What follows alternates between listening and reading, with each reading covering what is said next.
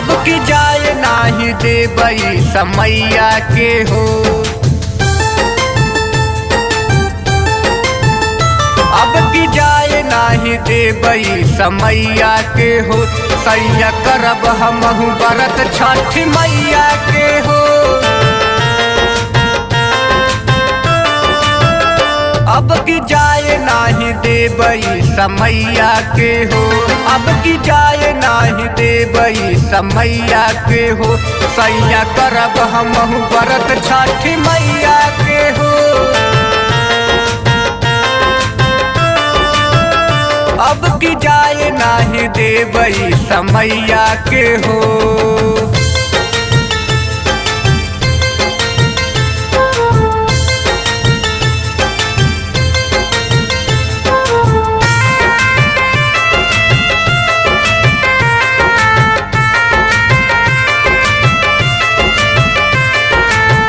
जाके ले आई दिहा फल फल हरिया। सुपलिया दौरा लिहा धुतिया पियरिया। छठी मैया पूरा करे आपकी हर मनोकामना।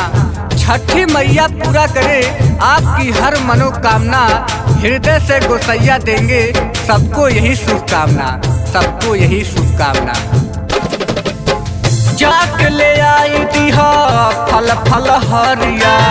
सुपलिया दौरा लिहा धुतिया पियरिया। सभे भूखल बा व्रत हमरा गैया के हो। सभे भूखल बा व्रत हमरा गैया के हो। सैया करब हमहु व्रत छठी मैया के हो। सैया जाए नाही देबई समैया के हो। सैया जाए नाही देबई समैया के हो। हमहु करब व्रत छठी मैया के हो। सैया जाए नाही देबई समैया के हो।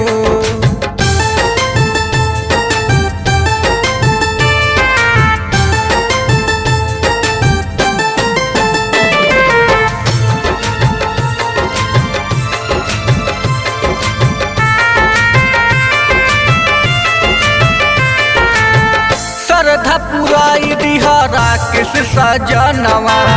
छठी मैया दिहे गोदी में ललनवा।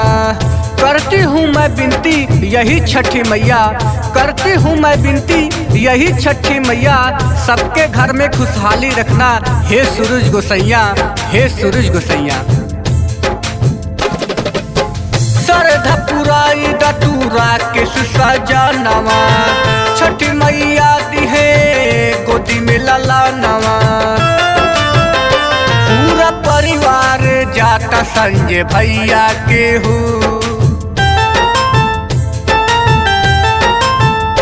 पूरा परिवार जाता संजय भैया के हो। अब की करब हमहु व्रत छठी मैया के हो। सुना जाए नाही देबई समैया के हो। सुना जाए नाही देबई समैया के हो। अब की करब हमहु व्रत छठी मैया के हो। सैया जाए नाही देबई समैया के हो।